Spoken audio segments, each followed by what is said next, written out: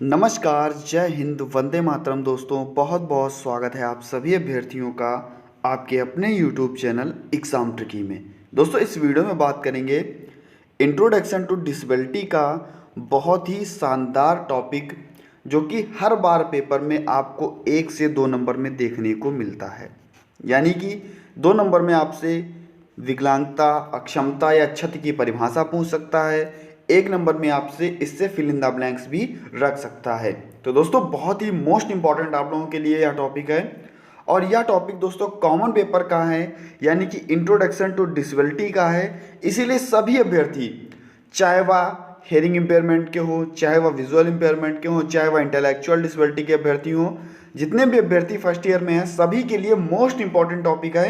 आपको यहाँ से कुछ ना कुछ जरूर फंसने वाला है। तो चलिए वीडियो को स्टार्ट करते हैं। चैनल पर यदि नए थे तो चैनल को सब्सक्राइब कर लीजिएगा और दोस्तों टेलीग्राम ग्रुप से जुड़ जाइएगा।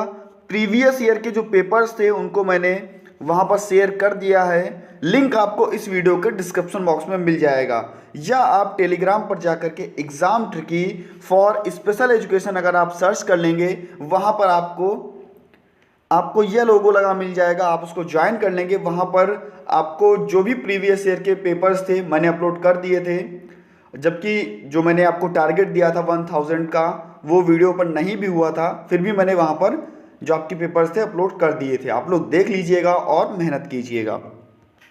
चलिए बात कर लेते हैं बहुत ही अच्छे तरीके से क्षति, अक्षमता और विकलांगता पर। आप सभी को पता है कि विकलांगता शब्द अब यूज़ नहीं करते, अब क्या यूज़ करते हैं? तो अब दिव्यांगता यूज़ करते हैं। क्या दोस्तों? दिव्यांगता शब्द का यूज़ होता है। सबसे पहले हम बीमारी पर थोड़ा सा बात कर लेते हैं। आप सभी को पता है, और मैं हमेशा एक बात बोलता रहता हूँ, जो मेरी वीडियो ज़्यादातर देखते होंगे, और जब मैं बीमारी की बात करता हूँ या अक्षमता की बात करता हूँ तो ये जरूर कहता हूँ कि स्वस्थ शरीर में स्वस्थ मस्तिष्क निवास करता है। यानी कि अगर कोई भी बालक हो, कोई भी व्यक्ति हो, कोई भी जीव हो, अगर वो बीमार हो जाता है तो उसकी जो आधी क्षमता होती है वो दवाइयों में, उसका जो आधा माइंड होता है वो अपनी बीमारी में निकल जाता है। यानी कि अगर आपको अच्छा प्रदर्शन करना है तो आपको स्वस्थ रहना पड़ेगा, यानी कि आपको बीमार नहीं रहना है। अब हम बात करते हैं बीमारी के परिणाम क्या होते हैं। बीमारी के परिणाम क्या होते हैं आप सभी जानते हैं कि बीमारी से हमारा शरीर तो खराब होता ही होता है, साथ में जो हमारी मांसपेशियां होती हैं, जो हमारा माइंड होता है, वो सब डिस्टर्ब रहता है। चलिए देखते हैं आगे। मनुष्य से जिन कार्यों और उत्तरदायित्वों को निभाने की आशा की जाती है, उसको निभाने की क्षमता में बीमारी, जो कार्य आप करना चाह रहे थे, अगर आपने सोचा था कि आज मैं इतना पढ़ लूँगा कि मैं सारे जो टॉपिक्स हैं उनको रिवीजन कर डालूंगा, अगर आप बीमार हो गए तो क्या आपकी जो कार्य क्षमता थी उसमें प्रभावित हुई, और उस कार्य क्षमता को प्रभावित होने के बाद में आपने उस कार्य को ना कर पाया।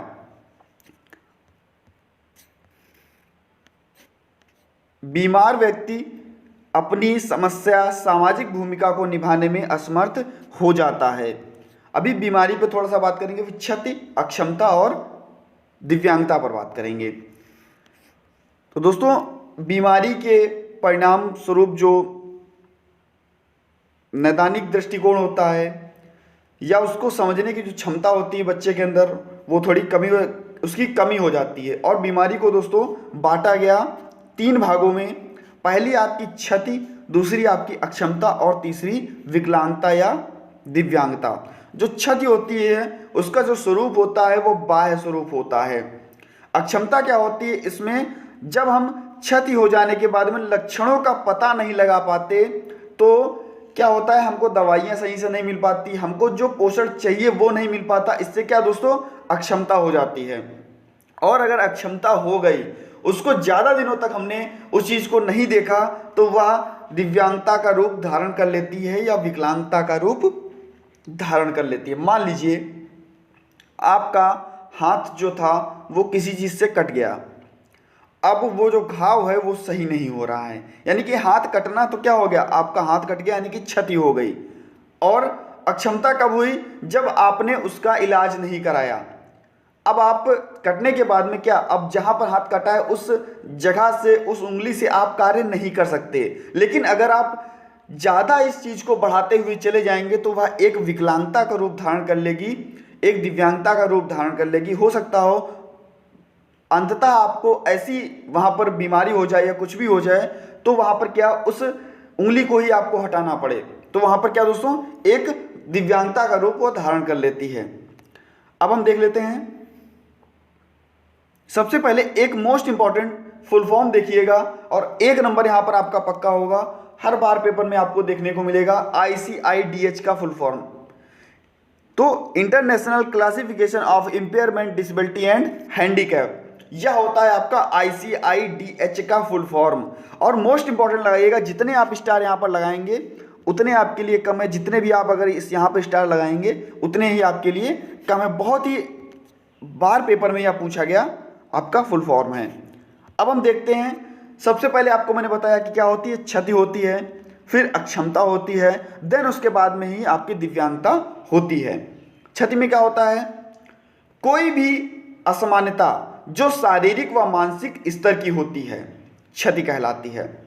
यानी कि ऐसी असमानता जो आप, जैसे मान लीजिए आपको चोट लगी तो वो क्या है, एक असमानता हो गई। मानसिक आपको, आप थोड़ी देर के लिए मानसिक प्रताड़ना से पीड़ित हैं, लेकिन अगर आप उसको ज़्यादा गंभीर रूप से ले लेंगे तो वह अक्षमता फिर विकलांगता में आपको परिवर्तित कर देगी।